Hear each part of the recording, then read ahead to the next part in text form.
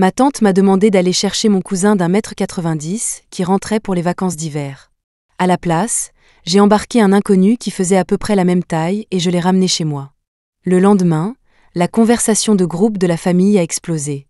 Elle était inondée de messages de mon cousin, m'accusant de l'avoir abandonné à l'aéroport pour la nuit. J'ai eu un trou noir. Alors, je suis bien obligée de demander, qui était ce type que j'ai ramené à la maison et qui a dormi sur le canapé de mon salon? Ma tante, en voyage à l'étranger, voulait que j'aille chercher mon cousin à l'aéroport pour ses vacances d'hiver. Jessie, ton cousin rentre de son pensionnat. Tu pourrais me rendre un immense service et aller le chercher? Il peut rester chez toi quelques jours. Je te rapporterai un super cadeau. Je suis restée bouche bée une seconde. Attends, il ne peut pas rentrer tout seul. Oh, ma chérie, il a beau faire 1,90 m, ce n'est encore qu'un gamin. Vous vous entendiez si bien quand vous étiez petit. S'il te plaît, va le chercher. J'ai immédiatement revu le petit pot de colle pleurnichard qui passait son temps à me cafeter dès que je respirais dans sa direction.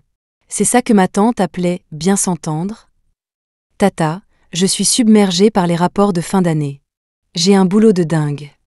Le truc, c'est que j'ai changé les serrures et j'ai oublié de lui laisser une clé, alors il faut vraiment que je te demande ça. D'ailleurs, Jessie, tu n'as pas 27 ans cette année? Tu ne rajeunis pas. Et si je t'arrangeais un rencard après les fêtes? Stop. Ça suffit. Son vol atterrit à 21h30 ce soir. C'est ça? J'irai le chercher. À l'heure. Je savais bien que tu n'abandonnerais pas ton cousin. Léo était si attaché à toi quand il était petit. C'est exactement ce qui me faisait peur. Avec son côté pot de colle, je n'arriverai jamais à travailler. Mais d'un autre côté, il paraît qu'il fait 1,90 m maintenant. Il n'a sûrement pas pu grandir seulement en taille et pas en maturité, si? Après quelques banalités supplémentaires, j'ai raccroché en secouant la tête, exaspérée. Avec la fin de l'année qui approchait, le travail, c'était la folie. J'étais complètement sous l'eau. Le soir tombant, j'ai enfin terminé mon PowerPoint et j'ai demandé à la nouvelle stagiaire de l'imprimer et de le donner à mon chef, qui travaillait tard lui aussi. J'ai pris la voiture pour aller le chercher à l'aéroport. Je me suis retrouvée dans un énorme bouchon en sortant de la ville, alors j'ai envoyé un SMS à mon cousin pour lui dire d'attendre un peu. Il a été étonnamment compréhensif, me répondant de conduire prudemment et qu'il attendrait à l'aéroport sans bouger. Ça m'a rassurée, et le reste du trajet s'est bien passé. En arrivant à l'aéroport, j'ai repéré de loin une grande silhouette de 1,90 m qui attendait au dépose-minute. Il se tenait droit comme un i, vêtu d'une doudoune noire, d'un pantalon noir et de chaussures en cuir, avec une valise noire à ses pieds. Cette valise ressemblait trait pour trait à celle que mon cousin avait postée sur le groupe familial en se plaignant de tout ce qu'il avait dû emporter. Mon regard est revenu sur lui, et je me suis dit, épatée. 3 ans. Qu'est-ce qu'il a bien pu manger pour devenir aussi grand? Toutes. J'ai klaxonné en garant la voiture à sa hauteur. J'ai baissé la vitre côté passager et j'ai enfin pu voir son visage distinctement. Ses joues s'étaient affinées, ses traits étaient plus marqués. La graisse de bébé et le nez qui coulait en permanence de son enfance avaient complètement disparu. Il a levé les yeux vers ma voiture, l'air stupéfait. J'ai klaxonné 2 fois de plus pour le presser. Monte. Mon cousin, Léo, n'a pas bougé, son téléphone toujours à la main, regardant autour de lui.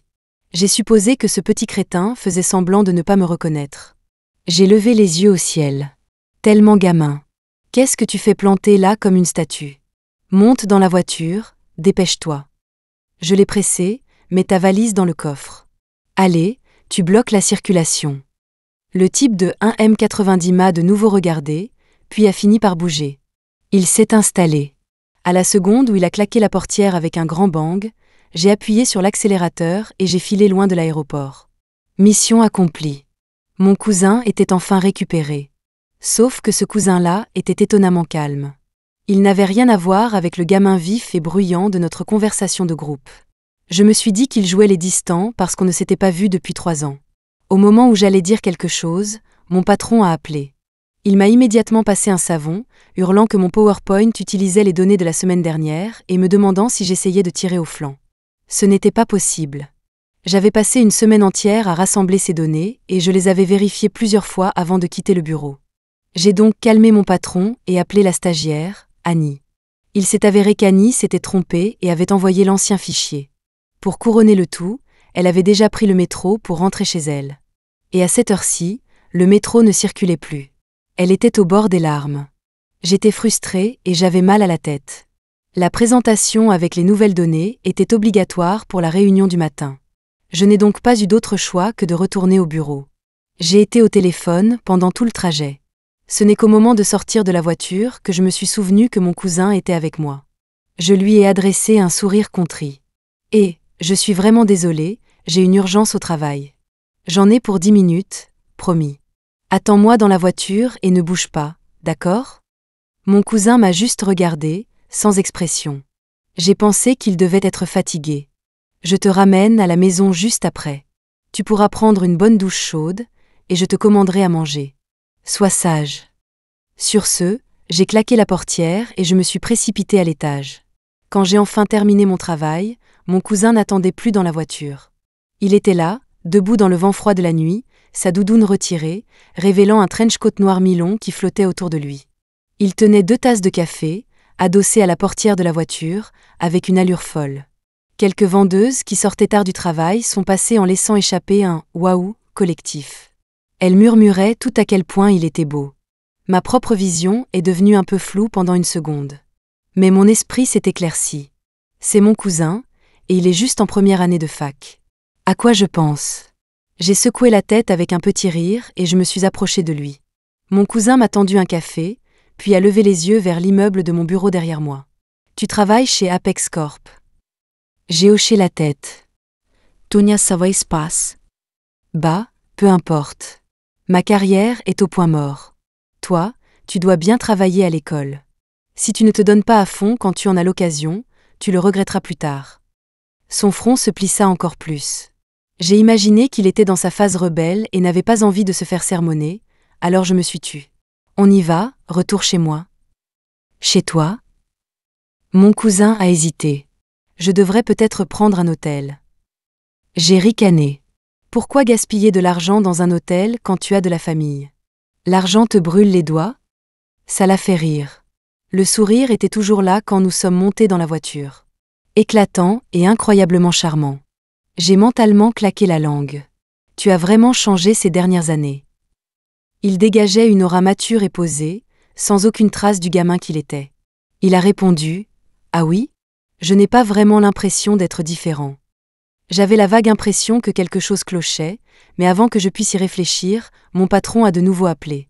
Il m'a dit que je devais préparer un résumé des revenus des 6 derniers mois pour la réunion du matin. Moi, juste. Ça allait être une nuit blanche. De retour dans mon 2 pièces, j'ai montré le canapé du salon à mon cousin et lui ai dit qu'il devrait s'en contenter pour quelques jours. Puis j'ai filé dans ma chambre, allumé mon ordinateur portable et je me suis préparée pour une nuit de travail. Lors d'une pause pipi, je l'ai vu debout près de la fenêtre, en tenue d'intérieur, en train de parler au téléphone. Il avait l'air encore plus mûr, encore plus adulte. J'ai ressenti une pointe de gêne en lui disant, d'un ton condescendant, d'aller se coucher. De retour dans ma chambre, je me suis giflé les joues en me maudissant d'être folle.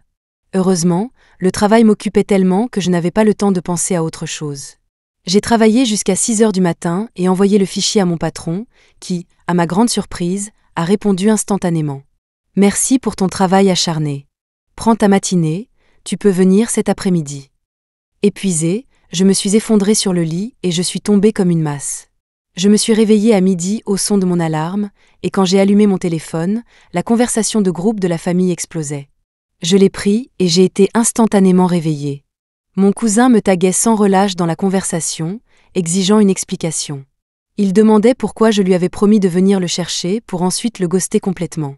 Il affirmait être resté coincé à l'aéroport toute la nuit et avoir failli mourir de froid. Puis a suivi un déluge d'inquiétude de la part de tous mes oncles et tantes, suivi d'une vague de condamnation à mon encontre pour mon irresponsabilité. J'ai vérifié mon journal d'appels. 48 appels manqués. Mon monde venait de s'écrouler. La question cruciale était si mon cousin avait passé la nuit à l'aéroport. Alors qui était ce type que j'avais ramené et installé sur le canapé de mon salon ? Après avoir fixé le vide pendant 3 secondes, j'ai bondi hors de ma chambre. Le canapé était vide. La fine couverture que j'avais donnée à quelqu'un la nuit dernière était pliée proprement à une extrémité.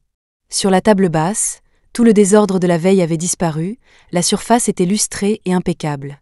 La salle de bain était vide, la cuisine était vide, le petit balcon était vide. Il n'y avait nulle part où cacher quelqu'un dans mon petit appartement. J'ai poussé un immense soupir de soulagement. Dieu merci, ce n'était pas un criminel.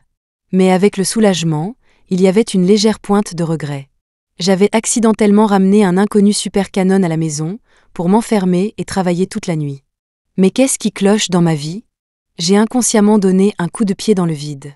En regardant le parquet étincelant, j'ai imaginé le grand et bel inconnu en train de faire le ménage et j'ai esquissé un sourire à la fois soulagé et absurde.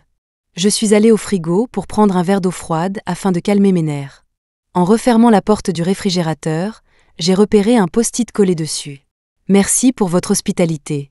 Au plaisir de vous revoir. C'était écrit avec un stylo noir, d'une écriture nette et soignée. Aussi propre et posé que lui. J'ai laissé échapper un petit rire sans raison. Dans la cuisine, j'ai trouvé une casserole de bouillie de millet chaude sur la cuisinière. Je pouvais deviner que le millet était ce qui restait de ce que ma mère m'avait apporté il y a quelque temps. Mes placards devaient être si vides que la bouillie était tout ce qu'il avait pu préparer. Effectivement, il y avait un autre post-it sur le comptoir. Je n'ai pas trouvé vos clés, donc je ne pouvais pas sortir. J'ai seulement trouvé du millet sous vide, alors j'ai fait de la bouillie. J'ai tenu les 2 notes et porté le bol de bouillie à table, commençant lentement à manger. En même temps, j'ai ouvert mon téléphone d'une main et répondu à mon véritable cousin. « J'arrive te chercher. » Mon cousin a répondu par 6 points de suspension, immédiatement suivi d'une rafale de messages vocaux frénétiques. « Je t'ai attendu pendant presque 24 heures. Je vais faire un scandale monstre dans le groupe familial pour que tout le monde sache ce que tu as fait. Tu as compris la leçon ? Hein ? Tu as intérêt à être plus gentil avec ton petit frère à partir de maintenant. Et comment tu vas te racheter ? » Un sourire s'est glissé sur mon visage. Et dire que hier, j'avais vraiment cru qu'il avait grandi et était devenu mature et stable. En fait, je m'étais juste trompée de personne. Quant à lui, peu importe qu'il fasse un M90 ou non, il était toujours le même gamin. Le temps que j'aille chercher Léo et que j'arrive au bureau, il était déjà 3 heures de l'après-midi. Dès que je suis sortie de l'ascenseur, la stagiaire, Annie, s'est précipitée vers moi. « Je suis vraiment désolée, Jessie. » « Ce n'est rien. Pense juste à tout vérifier à 2 fois à partir de maintenant. Ne laisse plus ça arriver. Jessie, tu es si gentille. » Elle avait l'air sur le point de pleurer. « Au fait, Jessie, un nouveau grand patron vient d'être parachuté. » J'ai dit, on n'en avait pas entendu parler il y a quelques jours. Il est arrivé ce matin. Il est incroyablement beau. Annie vibrait pratiquement d'excitation. Et la réunion de synthèse de fin d'année de l'entreprise a été reportée. Ils ont dit que tout le personnel clé devait être présent. J'allais dire quelque chose quand mon chef m'a vu et m'a fait signe de venir. « Jessie, viens ici. »« D'accord, chef. » Mon chef m'a entraîné vers la salle de conférence principale au 9e étage. Pas le temps d'expliquer. Le nouveau directeur est là et il veut que tu assistes à la réunion. Il pourrait te poser quelques questions sur les données. En tant que simple membre de l'équipe, on ne m'avait jamais demandé d'assister à des réunions de ce niveau. Je commençais à être nerveuse. Mon chef a expliqué, la nouvelle direction veut probablement rencontrer les talents clés. Vous êtes l'avenir de l'entreprise, après tout. J'ai hoché la tête. Ne vous inquiétez pas, chef. Je ne vous décevrai pas. J'ai fait une petite blague pour détendre l'atmosphère et je suis entrée dans la grande salle de conférence, un peu plus détendue. J'ai jeté un coup d'œil désinvolte vers le bout de la table, et mon regard s'est figé, cloué sur place. Il m'a fallu un long moment pour réaliser. Le nouveau directeur de l'entreprise était le cousin que j'avais ramené à la maison la veille. Le vrai nom de mon cousin était Félix Anderson, un ponte revenu de Wall Street. La rumeur au siège disait que quelques cadres supérieurs ne le respectaient pas, mais qu'il s'était occupé d'eux rapidement et de manière décisive. Maintenant qu'il était muté dans notre filiale, tout le monde, du haut au bas de l'échelle, était sur le qui-vive. Je ne m'attendais pas à ce que Félix lui-même soit si jeune. Et dire que je l'avais pris pour mon cousin la veille. Je trime encore pour un salaire pendant qu'il est au sommet. La comparaison était tout simplement déprimante. Pendant la réunion, mon esprit était ailleurs, mes yeux fixés sur le visage de mon cousin. Si seulement mon vrai cousin lui ressemblait, je pourrais me réveiller chaque jour et admirer ce visage d'ange. Pendant une fraction de seconde, j'ai senti le regard de Félix croiser le mien, mais quand j'ai relevé la tête, je me suis dit que j'avais dû imaginer. Après la réunion, on m'a demandé de rester. Un instant, s'il vous plaît. Et c'est ainsi que, sous les regards envieux de mes collègues et après un coup de coude bien senti de Megan de mon service, je suis restée dans la salle de conférence. Une fois que tout le monde fut parti et que les lumières se rallumèrent, je me tenais à côté de Félix, riant maladroitement. Monsieur Anderson, à propos d'hier soir, je suis vraiment désolée. Je me suis trompée de personne. Félix faisait tourner un stylo entre ses doigts, un sourire jouant sur ses lèvres. Ce n'est rien. Je suis montée dans la mauvaise voiture. Je me suis gratté le sourcil et j'ai tripoté ma jupe. Je faisais 1000 gestes nerveux à la seconde, complètement à court de mots, quand la voix apaisante de Félix a brisé le silence. Vous n'avez pas besoin d'être si tendu. Je voulais juste vous demander, la bouillie de ce matin était-elle bonne ? Hein ? Oh, elle était délicieuse. Je ne savais pas à quel jeu jouait le nouveau PDG, mais je me suis dit que la flatterie ne pouvait pas faire de mal. Je lui ai immédiatement fait un pouce en l'air. C'était la meilleure bouillie que j'ai jamais mangée. Ah ! Félix a ri. Quand il riait, ses yeux bridés se plissaient en de subtiles doubles paupières, le rendant encore plus charmant. Ça fait un moment que je n'ai pas cuisiné. Tant que ce n'était pas horrible, ça me va. Félix a brièvement expliqué qu'il savait qu'il s'était trompé de voiture la nuit dernière et qu'il était sur le point de partir. Mais quand il a frappé à la porte de ma chambre, je lui ai dit de ne pas me déranger et de simplement dormir sur le canapé pour la nuit. Je me suis excusée profusément, expliquant que j'étais débordée de travail. Félix a semblé très décontracté à ce sujet et m'a même remercié de l'avoir accueilli. Il a plaisanté, sinon, dans une nouvelle ville, je n'aurais pas su où passer la nuit. Je l'ai pris comme une blague, mais cela m'a tout de même laissée flattée et heureuse. Félix a loué les données de mon rapport, les qualifiant de très détaillées, mais a également souligné leurs lacunes et suggéré où nous pourrions trouver une percée à l'avenir. Tandis que je m'émerveillais de son intelligence et de sa perspicacité, ma fangire l'intérieur hurlait. Le nouveau PDG est si beau. Et son corps est incroyable. Et son intelligence émotionnelle, elle est hors norme. Ah ! Quand je suis retournée au bureau, j'ai été assaillie par un groupe de collègues féminines. Elles se sont toutes mises à jacasser en même temps, me demandant comment était le nouveau PDG. Puis, une voix dissonante a percé le bruit. C'était Megan. Ça paie vraiment d'être jolie. Certaines se tuent à la tâche, et les patrons ne les remarquent même pas. Mais pour d'autres, il suffit de se tenir là, et tous les yeux des hommes sont rivés sur elle. Pour ceux qui savent, elle a été retenue pour parler travail. Pour les autres, on dirait qu'elle pratique la promotion canapé. La stagiaire, Annie, a répliqué « Megan, qu'est-ce que tu racontes ?» Megan a levé les mains avec un air suffisant et exaspérant. « Qu'est-ce que j'ai dit ? Je dis juste que nous sommes toutes de petites abeilles travailleuses, mais que certaines cherchent juste la facilité. » La pique m'était clairement destinée. « Toi ?» J'ai arrêté Annie, dont le visage était rouge de colère. Je me suis levée et je me suis dirigée vers le bureau de Megan.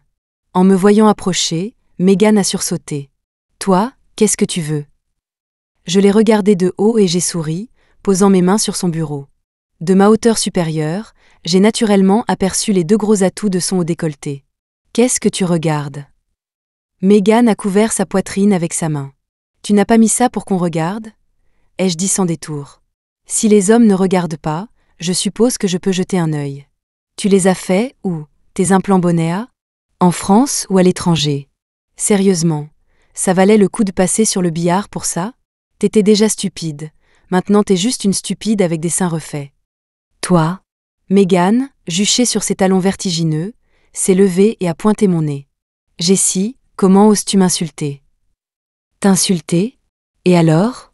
Tu as le droit de faire des remarques désobligeantes, mais je ne peux pas dire la vérité ? Quand le service a besoin de données d'enquête, qui est sur le terrain ? Qui fait les PowerPoint, qui travaille jusqu'à 2 heures du matin ? Tu devrais être contente que le PDG m'ait gardée. Si ça avait été toi, de quoi auriez-vous discuté, de l'histoire secrète des implants mammaires ? Toi ? Megan, furieuse et embarrassée, s'est jetée sur moi. Je vais te refaire le portrait. Malheureusement pour elle, même avec ses talons aiguilles, elle n'arrivait qu'à la hauteur de mon 1m70. Je lui ai tordu le bras et l'ai fait reculer en titubant. Megan s'est alors tordu la cheville de façon théâtrale et s'est assise par terre en pleurant. J'ai tapé dans mes mains avec dédain. S'il y a une chose que je ne supporte pas, c'est le numéro de la Sainte Nitouche qui joue les victimes. Si tu essaies encore tes piques à la con avec moi, une ancienne championne de taekwondo pour enfants, je te casserai les dents. Megan était si effrayée qu'elle a arrêté de pleurer. Quelque part dans le bureau, quelqu'un a laissé échapper un PFFT, suivi d'une série de rires étouffés. J'ai décidé de ne pas en rajouter. Je me suis retournée, et qui se tenait à la porte sinon mon chef et le nouveau PDG, Félix. Ses yeux charmants, ceux qui se transformaient en double paupières quand il souriait, observaient depuis qui sait combien de temps. Il y a quelques instants, j'étais une reine guerrière, maintenant, j'étais mortifiée. En même temps, je m'émerveillais de cet étrange et bizarre coup du sort. Mon chef s'est précipité, m'a lancé un regard noir, puis s'est tourné vers Félix derrière lui pour expliquer. « Monsieur Anderson, notre service est généralement très harmonieux et amical. Ce n'est pas habituel. » Megan, complètement incapable de sentir l'ambiance, a cru que ses renforts étaient arrivés. Elle a bondi et a enroulé ses mains autour du bras de Félix. Sa poitrine a rebondi contre son bras plusieurs fois alors qu'elle se plaignait d'une voix larmoyante. « Monsieur Anderson, tout ce que j'ai fait, c'est dire quelques mots sur le fait que Jessie ne prend pas son travail au sérieux et compte sur son apparence, et elle m'a attaqué. Vous devez me défendre. » J'ai levé les yeux au ciel. Quand Félix ne souriait pas, ses yeux bridés regardaient le monde de haut, et son regard était un peu terrifiant. C'était si intense que Megan a lâché son bras. Puis, tout le monde a regardé Félix baisser les yeux et frotter son auriculaire nu. Il a dit lentement, « La compétition est une bonne chose, mais la compétition stupide est un tabou majeur en affaires. Je suis très heureux de voir tout le monde travailler si dur. Dans ce cas, pour l'évaluation des performances du mois prochain, nous mettrons en place un système d'élimination des moins performants, en commençant par votre service. » Maintenant, Megan ne pouvait même plus pleurer si elle le voulait. Au moment de partir, Félix m'a de nouveau interpellée devant tout le monde. « Jessie, venez une seconde. » J'ai suivi Félix hors de la porte, incapable d'empêcher les coins de ma bouche de se relever. Félix s'est retourné et a vu mon visage souriant. « Si heureuse que ça. » J'ai dit, « Ça va. Chef, pourquoi aviez-vous besoin de moi ?» Félix a jeté un coup d'œil à l'intérieur, a vu que personne ne sortait, et a dit mystérieusement, « Je crois que j'ai peut-être laissé ma bague chez vous. » J'ai haussé un sourcil, puis j'ai rapidement baissé les yeux sur les longs doigts de Félix. Quand je lui ai demandé où il aurait pu la laisser, il n'a pas su dire. J'ai juste dit que c'était une possibilité. Fronçant les sourcils, j'ai demandé, « Vous venez de remarquer qu'elle avait disparu ? Elle est chère ?» Félix a juste fait, « Je vais rentrer et la chercher. » Ai-je dit en sortant rapidement mon téléphone. « Monsieur Anderson, serait-il possible de vous ajouter sur WhatsApp ? Je vous contacterai si je la trouve. » Félix a sorti son téléphone, l'a déverrouillé et, après quelques tapotements, me l'a tendu pour que je le scannais. Après le départ de Félix, ma tête tournait. Une bague, une bague. Le problème principal était que je n'avais vu aucune bague avant de partir ce matin, et j'avais même fait venir la femme de ménage. Si cette chose était chère, est-ce que M. Anderson me ferait payer ? Cette vie d'entreprise est si dure. De retour au bureau, la curiosité de mes collègues était plus forte que jamais. Ils m'ont demandé de quoi M. Anderson voulait me parler en privé. J'ai inventé une excuse au hasard, le visage encore chaud. Je n'avais aucune idée s'il me croyait. En rentrant du travail, la première chose que j'ai faite a été de me précipiter dans la salle de bain. Léo était en train de prendre sa douche et a poussé un énorme cri de surprise. Il a couvert ses parties intimes et a demandé d'une voix tremblante de derrière la porte. « Punaise, Sœurette, c'est toujours aussi excitant de rester chez toi. » J'étais furieuse. « Qui t'a dit de te doucher sans verrouiller la porte ? Dépêche-toi, j'ai des choses à faire. » Pendant que Léo se douchait, j'ai vérifié chaque recoin du canapé, mais je n'ai rien trouvé. Dès qu'il est sorti, j'ai plongé dans la salle de bain et fouillé la coiffeuse, mais toujours pas de bague. « Sœurette, qu'est-ce que tu cherches ? Tu as vu une bague ? » « Une bague ? Non, pas vue. Elle est chère ? Non, ai-je dit en pensant, qui diable sait si elle est chère ou non. Bref, j'ai passé toute la soirée à retourner l'appartement et je n'ai rien trouvé. J'ai même appelé la femme de ménage, et elle a dit qu'elle n'avait rien vu non plus. Je garde habituellement mes bijoux dans un petit tiroir près de la porte, et bien sûr, elle n'y était pas. C'était un vrai problème. J'ai pris mon téléphone avec hésitation, ouvrant et fermant la fenêtre de discussion de Félix, incertaine de la façon de m'expliquer. Puis, mon doigt a glissé et j'ai atterri sur son profil de réseau social. Son fil d'actualité était un pur produit de la finance. Ce n'était que des partages d'actualité, de promotion de produits et d'articles techniques en langues étrangères, à des années-lumière de mon propre fil rempli de photos de nourriture, de selfies et de plaintes sur les difficultés de la vie. Je me suis demandé s'il regardait parfois mon profil. Si oui, penserait-il que j'étais une tire au flanc? Ou peut-être, trouverait-il mon côté personnel mignon? J'étais perdue dans mes pensées. La voix froide de Léo a soudainement retenti. « Qu'est-ce que tu regardes ?» à pleurer et à rire toute seule. Je lui ai lancé un regard noir. « Quand est-ce que ta mère rentre ?» Léo s'est assis sur le canapé à côté de moi, ses longs membres s'étalant. « Je ne sais pas, mais je trouve que ton appart est plutôt confortable.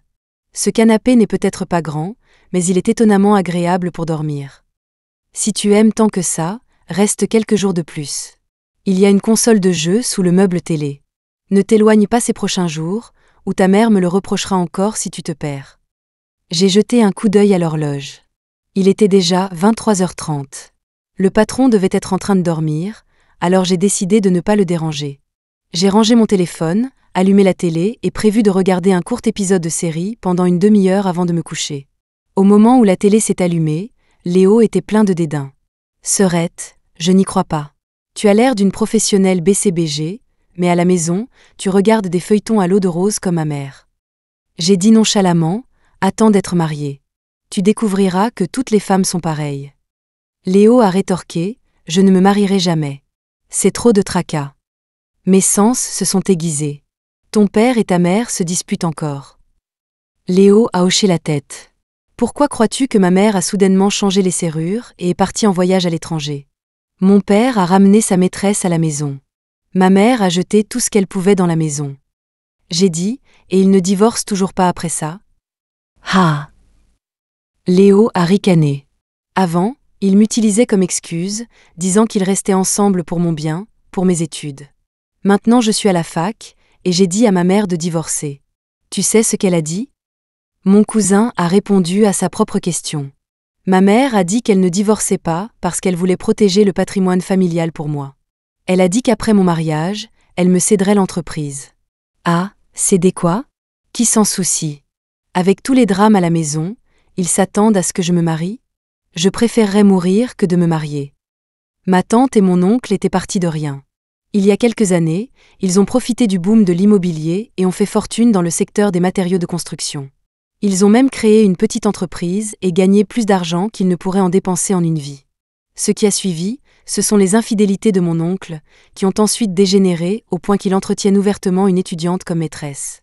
Ma tante s'était battue et disputée avec lui. Plus ils se disputaient, plus leur relation devenait distante. Mais aucun ne voulait un divorce qui impliquerait le partage de leurs biens, alors depuis des années, ils vivent dans cet état de conflit constant. Leurs histoires ridicules pourraient remplir 3 jours et 3 nuits. Mais ramener la maîtresse à la maison, c'était trop. Il y a des hôtels partout. Parfois, je ne comprends vraiment pas ce qui se passe dans la tête des hommes qui ne peuvent pas se contrôler. Toi, c'est toi, et eux, c'est eux, ai-je offert maladroitement, voulant lui tapoter la tête mais réalisant qu'il était devenu trop grand pour que je puisse l'atteindre. Léo a eu un sourire triste. Serette, tu es si belle, tu dois avoir beaucoup de mecs qui te courent après. J'ai un conseil pour toi, sortir avec quelqu'un, c'est bien, mais ne pense même pas à te marier. Les hommes sont tous des ordures. Léo a conclu que plus l'homme était riche, plus il était crapuleux. J'ai immédiatement pensé à Félix. Mon cœur, qui venait de se réchauffer, s'est soudainement refroidi après le discours de Léo. Il avait raison.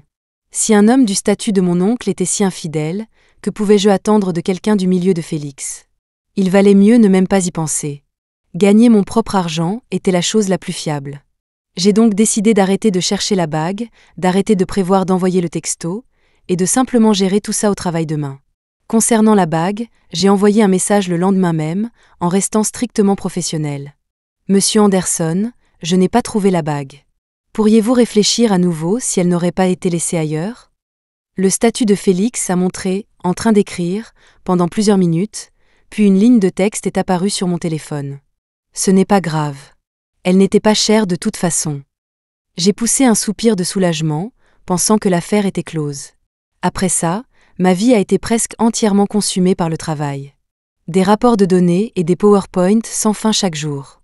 Même mon chef trouvait mon éthique de travail terrifiante, plaisantant que s'il ne se mettait pas à niveau, son poste serait en danger. Mes rencontres avec Félix étaient toujours brèves et publiques, soit devant les ascenseurs bondés, soit dans une salle de conférence sombre où je pouvais tranquillement admirer son beau profil. Même lors des rares occasions où nous nous sommes rencontrés seuls, j'étais polie et formelle, faisant parfois une ou deux blagues prudentes pour flatter le chef. Quand Félix me regardait, je n'ai plus jamais revu ce regard stupéfiant et charmant dans ses yeux. Qui aurait cru qu'un mois plus tard, je croiserais de nouveau Félix dans un restaurant. J'y étais pour un rendez-vous d'affaires et j'avais un peu trop bu. Alors que je prenais l'air dans le salon du restaurant, j'ai vu Félix sur un canapé dans la zone de détente, téléphone à la main, jambes croisées, repoussant les avances d'une femme aux longues jambes.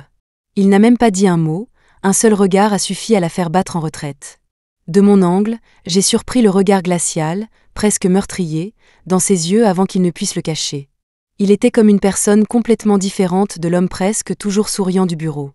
Je me demandais si je devais aller lui dire bonjour ou faire comme si je ne l'avais pas vu quand Félix m'a repéré. Son regard m'a balayé platement, et c'était étonnamment suffocant.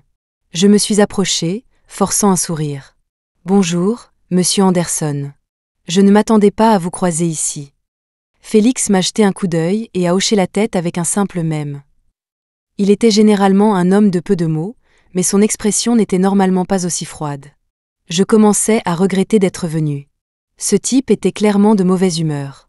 Mon sourire gêné était figé sur mon visage, et je ne savais pas quoi dire ensuite quand Félix a enfin parlé. « Ici avec des amis. » J'ai répondu, « Non, c'est un dîner d'affaires. » « Vous êtes seul ?» Félix a froncé les sourcils. Sentant qu'il était sur le point de me faire la morale sur le fait qu'une femme soit seule et en danger, j'ai rapidement expliqué, « Je suis avec monsieur Wang d'Apex. Nous étions camarades de fac, et nous dînons avec son équipe ce soir. » Félix a hoché la tête. « Allez-y, alors. »« Moi ? » ?»« Eh bien, je ne vous dérange pas plus longtemps. » Je suis retournée, et mon dîner s'est terminé rapidement. Quand je suis sortie, Félix n'était plus à sa place d'origine. À l'entrée du restaurant, après avoir dit au revoir à mes clients, une voiture s'est arrêtée en douceur à côté de moi.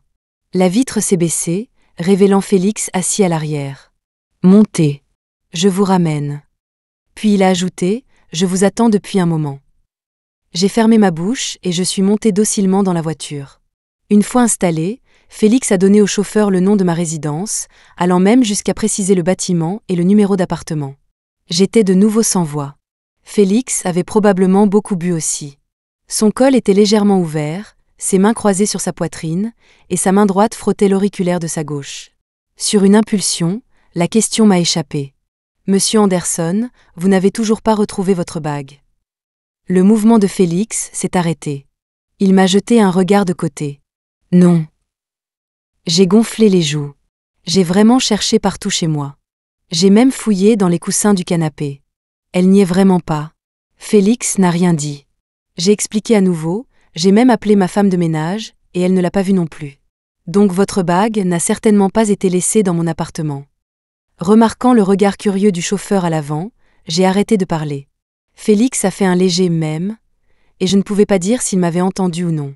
Quand il m'a déposé, Félix est sorti de la voiture aussi. Après lui avoir dit au revoir, je me suis dirigée vers l'entrée de mon immeuble et j'ai regardé en arrière. Il était toujours adossé à la voiture, en train de fumer. Le ciel nocturne était clair, et la seule lumière était la braise mourante entre ses doigts, lui donnant un air désolé. De retour à la maison, j'ai pris une douche, épuisée. Je me suis assise sur le canapé, regrettant de ne pas l'avoir invité à monter pour un verre afin d'améliorer notre relation patron-employé. Soudain, du coin de l'œil, j'ai vu mon cousin, Léo, jouer à un jeu vidéo. À son auriculaire, une bague brillait d'une lumière froide. J'ai bondi et j'ai attrapé sa main. Léo a crié, « Sœurette, qu'est-ce que tu fais ? Tu m'as fait peur. Tu viens de ruiner mon meilleur score. » J'ai tenu sa main. « Où as-tu eu cette bague ?» Même si je n'avais jamais vu la bague de Félix, celle-ci n'était clairement pas à la taille de Léo, et je n'en possédais pas de semblable. Effectivement, j'ai entendu Léo répondre nonchalamment, sur le frigo dans la cuisine. Je posais une bouteille d'eau dessus après avoir bu et j'ai vu cette bague, alors je l'ai mise pour m'amuser. J'ai regardé la hauteur du frigo et je me suis dit, alors, est-ce que tous les mecs de 1m90 aiment cacher des choses sur le dessus du frigo ? Quand les gens cherchent des choses, ils vérifient généralement les fissures dans le sol. Qui pense à vérifier le dessus du frigo ? En pensant aux déclarations confiantes que je venais de faire. J'avais envie de m'étrangler. Avec un peu d'effort, j'ai retiré la bague de la main de Léo et je me suis précipitée à la fenêtre pour regarder en bas. La rue en bas était, bien sûr, vide. Je suis revenue avec la bague à la main et je l'ai essayée à mon propre auriculaire. Elle était lâche et vacillait. Je l'ai enlevée et je l'ai essayée à mon annulaire. Elle était parfaitement ajustée. L'anneau extérieur de la bague pouvait tourner. Pas étonnant que Félix touchait et tournait toujours inconsciemment son auriculaire. Cette bague doit être très importante pour lui. Léo grignotait une pêche et a demandé « Un type t'a déposé tout à l'heure ». J'ai hoché la tête. Il a demandé à nouveau « Cette bague est à lui ». J'ai de nouveau hoché la tête. Merde. Léo a bondi théâtralement sur le canapé, pointant un doigt accusateur vers moi. Tu as un homme dans mon dos. Et ce type est venu chez toi et a même laissé sa bague sur le frigo. Jusqu'où êtes-vous allé? Avez-vous couché ensemble? Ah, le ciel nous tombe sur la tête. Je dois le dire à ma mère, je dois le dire à notre tante, Léo a commencé à chercher frénétiquement son téléphone. Ma tête me faisait mal. Tais-toi, Léo. Si tu oses me dénoncer, je te jette à la rue, tu me crois? Léo a demandé, alors, tu sors vraiment avec quelqu'un? Je sors avec mon cul, ouais. J'ai dû lui expliquer toute l'histoire de la mauvaise personne que j'avais récupérée ce jour-là. Après l'avoir entendu, Léo avait l'air songeur. Tu ne penses pas que c'est le destin? Est-ce que tout ça ne vous a pas fait penser à autre chose? J'ai dit, dégage. Léo a argumenté, que tu te sois trompé de personne, c'est compréhensible, mais qu'il monte dans la mauvaise voiture et te suive jusqu'à chez toi? Tu ne penses pas qu'il a d'autres intentions? Jessie, tu as un miroir? Regarde-toi. Je parie que s'il n'était pas attiré par toi, ce n'est pas un homme normal. Dégage, et je ne suis pas une femme normale non plus. De retour dans ma chambre, me grattant la tête de frustration, j'ai envoyé une photo à Félix. Monsieur Anderson, je suis vraiment désolée, mais j'ai trouvé la bague. Elle était sur le dessus de mon frigo. Je ne nettoie pas souvent le dessus du frigo. Je vous l'apporterai au travail demain. Je m'attendais à ce qu'ils disent d'accord, mais le message qui est revenu a été une énorme surprise. Est-ce que ce serait possible que vous me l'apportiez maintenant? J'ai bu, et ce n'est pas facile de trouver un taxi d'ici. Puis est venue une localisation. Je suis restée stupéfaite pendant 3 secondes. Oh, d'accord, monsieur Anderson. Je pars tout de suite. Alors que je mettais mes chaussures dans l'entrée, Léo m'a lancé un regard frais et entendu. Rentre tôt. N'oublie pas que tu es une femme avec un homme à la maison. On a un couvre-feu, tu sais. 2 heures du matin. Tu dois être rentré avant 2 heures. Sinon, je devrais signaler ton crime de ne pas être rentré dans le groupe familial. Et pour m'avoir laissé à l'aéroport. Tu vas prendre cher. Slam. La seule réponse qu'il a eue a été le son de moi fermant la porte avec force. Félix vivait dans une villa. Il avait prévenu les gardes, donc ma voiture a été autorisée à se garer juste devant son immeuble. L'ascenseur était télécommandé, il m'a ouvert la porte et je suis montée au 2e étage. En entrant, j'ai vu Félix toujours dans les mêmes vêtements, tenant un verre de vin près de la fenêtre, l'air seul et désolé. Monsieur Anderson. Il s'est retourné, son visage obscurci par le contre-jour. Désolé de vous avoir fait venir jusqu'ici. Puis il a appuyé sur une télécommande dans sa main, et la pièce a été soudainement inondée de lumière vive, l'endroit entier sentant l'argent. Asseyez-vous. Félix a montré le canapé, puis est allé à la cuisine pour me verser un verre d'eau. J'ai posé la bague sur la table basse. Votre bague. Félix l'a ramassée, l'a glissée à son doigt et l'a fait tourner librement. Puis il a souri. Quand il souriait, ses yeux charmants avec leurs subtiles doubles paupières étaient incroyablement captivants. Seule dans une pièce avec un homme comme ça, ma bouche est devenue sèche. J'ai bu la moitié du verre d'eau. Monsieur Anderson, cette bague doit être très importante pour vous. Félix a dit, oui, c'était un souvenir de ma mère. Je suis restée stupéfaite un instant. Je suis vraiment désolée. J'aurais dû regarder plus attentivement avant. Ce n'est rien.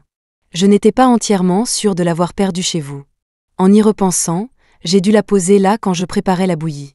C'est ma faute. J'étais de nouveau à court de mots.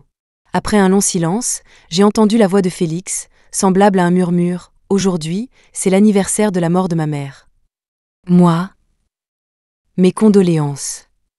Mes parents sont en bonne santé, et ma famille est heureuse.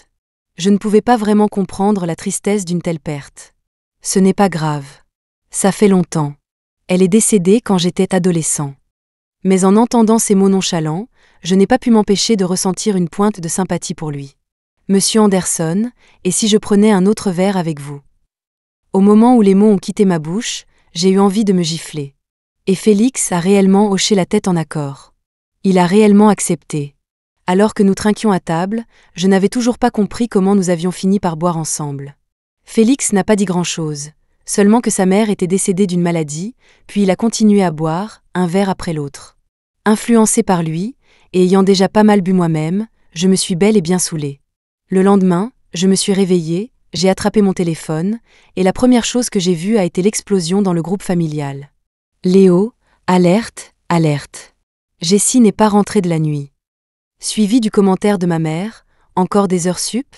Son patron n'a aucune humanité? Léo, je ne pense pas que c'était des heures sup. Je pense que ma cousine a un copain. Et puis le groupe a explosé. Ma mère, ma tante, elles m'ont toutes envoyé plusieurs messages privés. Je les ai tous ignorés, j'ai éteint mon téléphone et je me suis redressée. En regardant par-dessus le dossier du canapé, j'ai vu Félix déjà affairé dans la cuisine. Je n'avais aucune idée de quand il était allé se coucher la nuit dernière, mais il avait l'air plein d'énergie maintenant, sans aucune trace de la mélancolie de la veille. Il ressemblait au parfait homme au foyer, s'affairant dans la cuisine. « Vous êtes réveillé ?» Félix a apporté un plat à table. « Désolé, j'ai un peu trop bu hier soir. J'aurais dû vous laisser dormir dans la chambre d'amis, mais j'ai vu que vous dormiez déjà sur le canapé, alors je n'ai pas voulu vous réveiller. Il y a des articles de toilette neufs dans la salle de bain. Je prépare juste une soupe, et ce sera prêt. » J'ai frotté mes tempes douloureuses. « Monsieur Anderson, hier soir nous. Je n'ai pas le vin joyeux. J'ai toujours compté sur ma grande tolérance et je me suis rarement complètement saoulée. Mais hier soir, j'avais vraiment trop bu. Je me souviens vaguement avoir attrapé l'épaule de Félix et lui avoir dit qu'à partir de maintenant, je le soutiendrais. Heureusement, Félix n'a pas semblé s'en soucier. J'ai beaucoup bu hier soir aussi. Ne vous en faites pas. Levez-vous et allons manger. Oh. Après m'être lavé, j'ai regardé la table. Félix avait fait frire des steaks, préparé une salade, et il y avait aussi des petits pains, de la bouillie et des cornichons, tout un festin. Je ne savais pas ce que vous aimiez manger, alors j'ai fait un peu de tout. Waouh, monsieur Anderson, je ne savais pas que vous étiez un si bon cuisinier. Forcé d'apprendre quand j'étudiais à l'étranger. Je n'avais pas vraiment d'appétit, mais en voyant tout ça, j'ai soudainement faim. Félix a souri. Je me suis assise et j'ai coupé un morceau de steak. Je pouvais dire que ce n'était pas une coupe bon marché du supermarché. Ce type, Félix, savait probablement vraiment cuisiner. Beau, et il sait cuisiner. Selon les mots de ma mère, un super parti. Et il est riche. Un célibataire en or. Vous avez fait ces petits pains aussi? Ma femme de ménage les a faits et congelés. Je les ai juste réchauffés. Ah, c'est quand même impressionnant. Ma mère me dit toujours que je ne sais même pas sortir les choses du congélateur. Je ne sais que commander à emporter. Les étudiants dans ce pays subissent beaucoup de pression, puis ils sont occupés à chercher un emploi après leurs études. C'est normal de ne pas savoir cuisiner. Il fournit même une validation émotionnelle de premier ordre. Une note parfaite. J'ai hoché la tête, mangé la moitié d'un steak, 2 petits pains et un bol de bouillie. J'ai jeté un coup d'œil à l'heure. Il était 8h05. L'heure d'aller travailler. Félix a dit au moment parfait, « Je vous ramène d'abord chez vous, puis nous irons au bureau ensemble. » J'avais en effet besoin de rentrer me changer. « Merci, monsieur Anderson. » Félix a fait tourner le café noir dans sa tasse et a souri. « Si je me souviens bien, selon vos propres mots, nous sommes maintenant des compagnons de boisson. » Monsieur Anderson, ça ne sonne pas un peu trop formel? Félix, je veux dire, chef. Félix a soupiré et s'est frotté le front. Quand je ne serai plus votre chef, je me demande comment vous m'appellerez alors. Après ça, même quand je travaillais tard, je tombais toujours par hasard sur la voiture de Félix. Chaque fois que je devais faire des heures supplémentaires, le bureau de la direction envoyait des friandises. Mon chef se plaignait que le grand patron ne répondait jamais à ses emails, tandis que je fixais le « lu » sur mon écran, me sentant comme si je faisais secrètement quelque chose de mal. Félix m'a contacté plusieurs fois sur WhatsApp, jamais pour rien de sérieux, principalement pour demander des recommandations de plats locaux pour ses amis. Une fois, Nous nous sommes croisés lors d'une réunion avec un client, et Félix a immédiatement quitté sa propre fête pour me soutenir. Je ne suis pas complètement ignorante en matière de romance. Je savais à peu près que Félix me faisait la cour. Mais, je n'étais pas sûre de quel genre de cour il s'agissait. Un camarade de classe de la deuxième génération de riches qui me poursuivait depuis un moment a rassemblé une bande d'amis pour son anniversaire, et je n'ai pas pu m'en sortir. Ce n'est qu'en arrivant que j'ai réalisé que l'atmosphère était inhabituelle. La pièce était remplie de ballons roses, et tout le monde se faisait des clins d'œil et des coups de coude. Ça ne ressemblait pas à une fête d'anniversaire, mais plutôt à une demande en mariage. Le riche camarade, Ryan, a personnellement poussé un gâteau. Voyant que les choses tournaient mal, j'ai essayé de partir, mais 2 de ses amis m'ont barré la route. Puis Ryan s'est approché de moi, pas à pas, et s'est agenouillé. « Jessie, tu me plais depuis l'université. J'ai 3 frères aînés, je suis le plus jeune de ma famille. Mon père a dit qu'après mon mariage, il me donnera une petite entreprise à gérer. Ma mère a déjà mis 2 villas à mon nom, et j'ai quelques économies. J'investis aussi en bourse, donc je ne mourrai pas de faim sans ma famille. Après cet anniversaire, j'aurai 28 ans. Je veux me marier, je veux avoir un foyer avec toi. À partir de maintenant, je vais me ranger et concentrer toute mon énergie sur ma famille. Alors, Jessie, veux-tu m'épouser ? Épouse-le, épouse-le. » On commençait à chanter les gens autour de nous. Mon expression était douloureuse. J'ai chuchoté à Ryan, « Tu n'aurais pas pu m'en parler avant. » Sa réponse a été une demande en mariage encore plus forte. « Jessie, veux-tu m'épouser ? Laisse-moi prendre soin de toi pour le reste de ta vie. » L'excitation environnante semblait n'avoir rien à voir avec moi. Si je disais oui à Ryan, je pourrais immédiatement commencer à vivre la vie oisive de la femme d'un homme riche. Mais, en regardant le visage de Ryan, je ne pouvais tout simplement pas me résoudre à l'aimer. Dans un mariage, qu'est-ce qui est le plus important, la richesse matérielle ou l'amour ? Désolée, je veux les 2.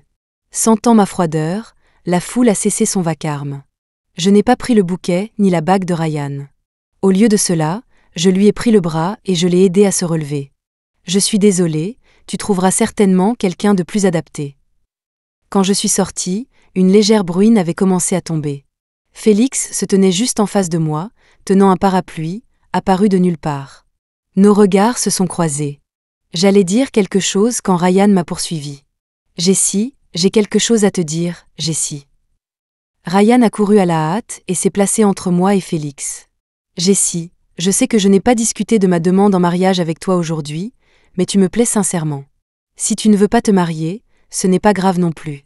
Nous pouvons d'abord être petite amie et petite amie. Si ça ne marche pas, je peux être ta roue de secours. Ne sois juste pas en colère, d'accord ? » Mon regard s'est déplacé, et j'ai vu Félix regarder avec une expression amusée. J'ai rapidement regardé Ryan. Ryan, alors que j'essayais de trouver comment le rejeter définitivement. Une voix froide a retenti derrière nous. Elle est déjà amoureuse de quelqu'un d'autre. Mon cœur a raté un battement. Félix tenait le parapluie avec sa main droite, la bague à son auriculaire gauche captant une lumière inconnue alors qu'il s'approchait, d'un pas chaloupé. « Qui êtes-vous » Ryan a instinctivement senti l'hostilité. Félix a dit « Peu importe qui je suis. Ce qui compte, c'est qu'elle est amoureuse de quelqu'un d'autre et ne peut pas accepter votre demande. » Ce jour-là, j'ai été entraînée par Félix dans un état second. Il n'a pas lâché ma main jusqu'à ce que nous arrivions au parking. La pluie dans le ciel s'était progressivement arrêtée. Quand j'ai vu son gros classe G, j'ai doucement tourné mon poignet. « Monsieur Anderson, merci de m'avoir aidé. Vous pouvez me lâcher, je peux marcher seul. » Félix n'a pas dit un mot. Au lieu de cela, il a resserré sa prise, m'a plaqué contre la portière de la voiture, puis a baissé le parapluie et s'est abrité dessous avec moi. Il a appuyé une main contre le toit de la voiture, me coinçant entre sa poitrine et ses jambes. Un parfum inconnu se rapprochait de plus en plus. Sentant la chaleur se presser contre mes lèvres, j'avais juste commencé à tourner la tête quand Félix a relevé mon menton. « Ne te cache pas. » La voix de Félix était exigeante et rauque. Les yeux charmants de Félix étaient baissés, son regard fixé sur mes lèvres, et la seconde suivante, il a pressé les siennes contre elles. La première sensation fut la fraîcheur, puis l'instant d'après, Félix a ouvert la bouche, et la chaleur m'a enveloppée, suivie d'une ardeur enflammée. MMPH. Le baiser de Félix était dominant. Je ne pouvais absolument pas me défendre. Mes jambes sont devenues faibles, et son bras s'est enroulé autour de ma taille, me tenant fermement. Maintenant, avec la voiture derrière moi et lui devant, il n'y avait aucune issue. J'étais sur la pointe des pieds, et mes mains avaient inconsciemment grimpé sur ses épaules. Une sensation de noyade, d'être électrocuté, de nouvelles sensations que je n'avais jamais ressenties ont rempli mes sens. Mon cerveau a commencé à court-circuiter. Ce n'est que lorsque j'ai été à bout de souffle à cause du baiser que les lèvres de Félix ont enfin quitté les miennes. Nos fronts se sont touchés. Félix n'était pas en bien meilleur état. Il haletait, et je pouvais sentir son cœur battre la chamade. Après une brève séparation, Félix a baissé la tête et a picoré le coin de mes lèvres. Mon visage était si chaud, j'avais l'impression que tout mon corps était en feu. J'ai baissé la tête et j'ai poussé contre ses épaules. Félix s'est penché, son visage de nouveau près du mien. Au moment où j'ai essayé d'esquiver, la voix de Félix, rauque de désir, est revenue. « Tu te caches encore. » Cette fois, le baiser de Félix fut long et langoureux. Même si le grand parapluie nous dissimulait bien, je pouvais entendre les rires des gens qui passaient dans le parking. Ce n'est que lorsque Félix eut embrassé à sa guise qu'il m'a enfin lâché, me tirant dans ses bras. Mes mains s'étaient retrouvées sur sa taille, et mes jambes étaient vraiment faibles. Je soupçonne que s'il ne m'avait pas laissé m'appuyer sur lui, je me serais effondrée sur place. Quand j'ai repris mon souffle, Félix m'a regardé dans ses bras. « On t'a demandé en mariage. » J'ai léché mes lèvres, sentant qu'elles étaient gonflées. La main de Félix est venue effleurer mes lèvres. « Tu ne savais pas que je te faisais la cour, J'ai marmonné contre sa poitrine, je n'étais pas sûre. « Pas sûre ? Tu penses que je m'ennuie à ce point que je tombe sur toi par hasard tout le temps et que je fais des détours pour te ramener à la maison ? Tu aurais pu juste essayer de coucher avec moi, » ai-je répondu. Félix a laissé échapper un petit rire. « Je veux coucher avec toi, mais ce n'est pas si simple. Jessie, sois ma petite amie. » J'ai levé les yeux vers lui. « Tu es sérieux ? » Félix a répondu « Oui. Une relation sérieuse. Tu dis oui ? Et si je ne dis pas oui ? » Tout vient à point à qui sait attendre. Félix a levé les yeux vers la lune. « En plus, je suis ton patron. Même si tu le voulais, tu ne pourrais pas t'échapper. » Le lendemain, dès que je suis arrivée au bureau, quelqu'un m'a livré un énorme bouquet de roses rouges. Cela a attiré une tonne de regards envieux. Tout le monde se demandait qui avait envoyé les fleurs et disait que j'avais l'air si radieuse, que quelque chose de bien devait se passer. À midi, Félix m'a envoyé un texto pour que je vienne déjeuner dans son bureau. Il a ajouté que si je ne montais pas, il descendrait lui-même avec la boîte repas. J'ai imaginé la scène où tout le monde me dévisagerait et je n'ai pas eu d'autre choix que d'aller à son bureau. Son assistante m'a vu me faufiler et a simplement souri d'un air entendu. Dès que l'assistante est partie, Félix m'a tiré sur ses genoux et m'a embrassé encore et encore. Il était comme une personne complètement différente de l'homme réservé et cool qu'il avait été auparavant. J'ai regardé le soleil éclatant dehors et je me suis sentie incroyablement gênée. Quand je l'ai poussé, il s'est agacé. « C'est le 28e étage. Qui va nous voir ? Et si quelqu'un entre ?» Félix a jeté un coup d'œil à l'espace sous son bureau. « Si quelqu'un entre, tu n'as qu'à te cacher là-dessous. J'ai toujours voulu essayer. » Il m'a chuchoté quelques mots à l'oreille. Mon cœur s'est emballé et mon visage a rougi. J'ai failli lui donner un coup de coude si fort qu'il aurait une hémorragie interne. Les hommes. Peu importe qui ils sont, dès qu'ils sont en couple, ils deviennent sans vergogne. Après le déjeuner, Félix m'a fait m'allonger et faire une sieste la tête sur ses genoux. Après un demi-mois de ce régime, le secret devait forcément s'éventer. Un soir, alors que Félix me raccompagnait, il m'a retenu avant que je monte, et mes parents nous ont surpris en flagrant délit. Ma mère a dit à mon père d'un ton sarcastique : « Tu vois ? Et toi qui pensais lui préparer un bon repas.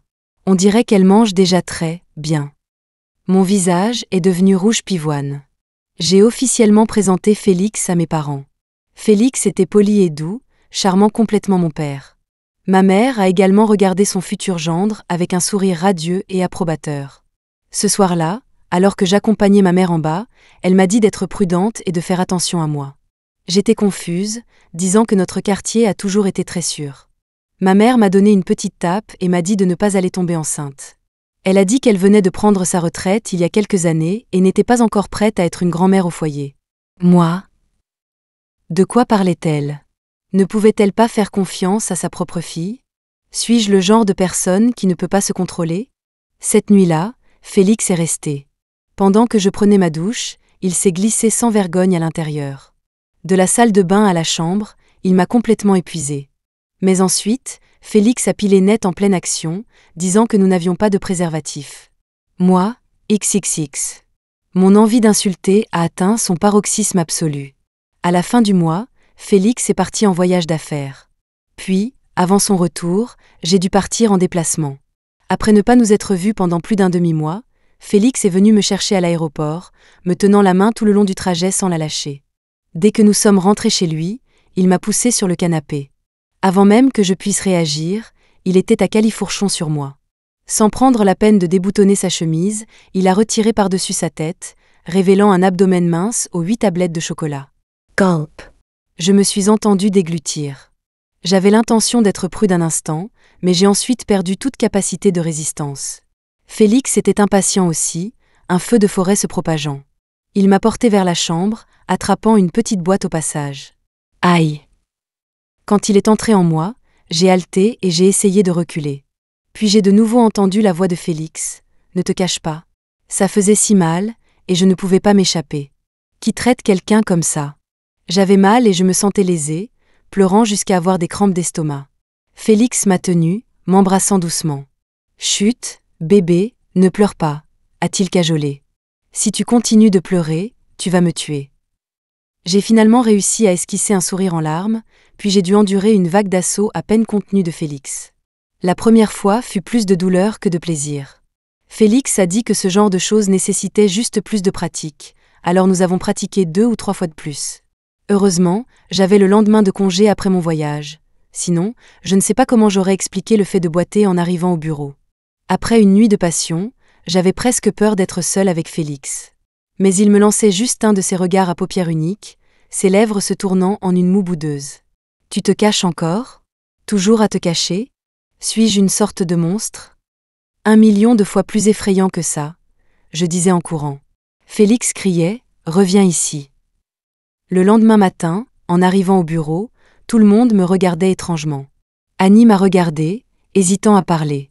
Avant que je puisse demander ce qui se passait, mon chef m'a appelé dans son bureau, l'air sérieux. « Jessie, normalement, la vie personnelle ne devrait pas affecter le travail, mais vous ne pouvez pas vous engager dans une concurrence malveillante et perturber le marché. » Chef, de quoi parlez-vous? Mon chef a poussé la page de l'intranet de l'entreprise vers moi. Le titre était en gras, Jessie du service marketing, conduite au travail chaque jour dans différentes voitures de luxe, suivi de photos de moi sortant de divers véhicules haut de gamme. Comme si les photos ne suffisaient pas, l'une d'elles capturait clairement le numéro de plaque d'immatriculation d'un certain magnate nouveau riche. Par coïncidence, ce magnate m'avait courtisé auparavant, mais maintenant il n'était plus qu'un client. La personne qui a écrit l'article a pris des libertés, affirmant que j'étais entretenue par le magnate, ce qui expliquait comment j'obtenais autant de ressources. L'article affirmait également que je volais les ressources de mes collègues, ce qui devenait un peu trop personnel. À part Megan, je ne voyais personne d'autre qui pourrait me calomnier ainsi. Ah, elle était vraiment spéciale. Après toutes ces enquêtes, n'avait-elle vraiment pas réussi à obtenir une seule photo nette du visage de Félix? Mon chef allait dire plus, mais j'ai levé la main pour l'arrêter. Chef, ne vous inquiétez pas pour ça. Je vais gérer ça correctement et vous donner une réponse satisfaisante. En tant que personne croyant à la vengeance immédiate, je suis sortie du bureau, j'ai attrapé Megan par les cheveux et je l'ai traînée dehors. Megan, c'est toi qui as posté ces photos en ligne. Megan était provocante. Et alors, si c'est moi? Contrairement à toi, je n'ai pas peur d'admettre ce que j'ai fait. Des gens de divers services se sont rassemblés à la porte pour assister au spectacle. Au moment où j'allais arrêter de discuter et juste la frapper pour évacuer ma frustration, Félix est descendu. Megan a gémi, Monsieur Anderson, Jessie a une moralité douteuse. Elle est impliquée avec de nombreux hommes puissants en coulisses. Elle pourrait même vendre des secrets de l'entreprise. Félix l'a regardé et a ri. Vendre des secrets de l'entreprise? Toute l'entreprise appartient à ma femme. À qui aurait-elle besoin de les vendre? Moi? Les badauds, waouh! Pas possible, Jessie est la femme du patron. Ahem. C'était assez embarrassant. Mais en même temps, c'était très doux. Félix a expliqué que chaque voiture de luxe sur les photos était la sienne. Ma femme est discrète et avait peur d'être remarquée, alors j'ai conduit différentes voitures de mon garage. Vous avez un problème avec ça? Félix avait officiellement révélé ma situation. En même temps, Megan a été licenciée, et Annie a été promue pour la remplacer. Dans l'entreprise, j'ai commencé à vivre une vie de bonheur, seconde en commandement après une seule personne. Quand Félix a entendu cette description, il a dit que ce n'était pas exact. Il m'a chuchoté à l'oreille, « La nuit dernière, c'est toi qui étais au-dessus. » Je l'ai poursuivi dans la pièce en essayant de le frapper. Cet homme devenait de plus en plus éhonté. Félix me nourrissait de ses délicieux plats maison tous les jours, et dernièrement, j'essayais de perdre du poids en sautant le dîner. Sauter le dîner me rendait extrêmement irritable. À ce moment précis, j'ai reçu le premier appel de Megan 2 mois après son licenciement. Certaines personnes pensent avoir décroché un mari riche, mais une arriviste aura beau se percher sur la plus haute branche, elle ne deviendra jamais un phénix. J'ai dit, parle français. Megan a répondu, j'ai rencontré une amie dans la ville B, et elle m'a emmenée à un banquet où j'ai croisé la deuxième fille de la famille, celle qui est actrice. Elle a dit en privé que Félix est son fiancé. Tu n'es que son jouet dans la villa. Les héritiers riches comme lui s'amusent, mais ils rentrent toujours à la maison pour se marier. Tu n'as pas à t'inquiéter pour moi. Même comme jouet, Félix ne te choisirait pas. Tu devrais te concentrer sur la recherche d'un emploi avant de mourir de faim dans la ville B. J'ai raccroché, furieuse.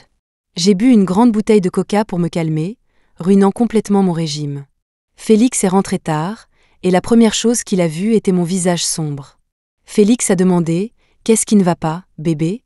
Qui t'a encore mise en colère ?» J'ai essayé de me retenir, mais j'ai échoué. J'entends dire que tu es un riche héritier de la ville B. Félix a froncé les sourcils. Quelle bêtise racontes-tu ? J'ai continué. Ton père va-t-il me donner un chèque en blanc et me dire de remplir n'importe quel montant, juste pour que je quitte son fils ? Combien de millions penses-tu que je devrais demander ? Félix a froncé les sourcils. Mon père t'a appelé ? J'ai répliqué. Alors ton père va vraiment m'offrir de l'argent ? Je te le dis, Félix, s'il ose le donner, j'ose le prendre. Tu crois que je ne fais que m'amuser avec toi ? Descends de là, a dit Félix en attrapant mes jambes et en me plaçant sur la table à manger, me regardant dans les yeux. Qu'est-ce qui se passe vraiment ? J'ai pleuré. Quelqu'un a dit que tu menais une double vie, que tu avais une fiancée dans la ville B et que tu entretenais une copine trophée dans la villa. Quand tu seras muté au siège, prévois-tu d'avoir tout un alphabet de femmes, une dans chaque ville ? Qu'est-ce que tu racontes ? Je n'ai que toi. J'ai rétorqué, seul un fantôme te croirait. La parole d'un homme n'est que mensonge. Félix a dit, nous allons chercher notre acte de mariage demain. Si tu ne me crois pas, tu dois croire le gouvernement. J'ai grommelé. D'accord, allons-y. Qui a peur de qui ? Le lendemain, en sortant de la mairie, je ne pouvais pas effacer le sourire de mon visage, en regardant les 2 livrets de famille rouges identiques. J'ai sauté et j'ai donné un baiser superficiel à Félix, l'appelant « chéri ». Félix se tenait les mains sur les hanches, pas tout à fait apaisé. « Tu ne m'appelles plus Monsieur Anderson. » J'ai répondu, « T'appeler Monsieur Anderson est trop formel. » Félix s'est penché et m'a donné un baiser féroce. « Si jamais tu répands encore des rumeurs, je devrais te punir. » Mais j'étais trop heureuse pour m'en soucier. J'ai pris une photo en gros plan du visage de Félix, l'ai postée sur mes réseaux sociaux, avec les livrets de famille, Monsieur Anderson, à nos belles années. Quand Megan a laissé un commentaire sarcastique, photoshopé, j'ai fermé l'application avec suffisance. Juste à ce moment, une nouvelle notification est apparue. Elle venait du Monsieur Anderson juste à côté de moi. C'était une photo de nous enlacer au lit la nuit, avec les mêmes livrets de famille rouge. Sous la photo, une ligne de texte doré est lentement apparue. Une nouvelle façon de t'aimer, pour toujours. Jessie et Félix. Des mots simples, avec la date d'aujourd'hui en dessous, mais ils ont instantanément fait monter des larmes de bonheur à mes yeux. Pour ceux qui ne s'aiment pas, le mariage est une cage. Mais pour 2 personnes amoureuses, le mariage n'est qu'une autre façon de s'aimer encore plus. Puissiez-vous vivre heureux pour toujours.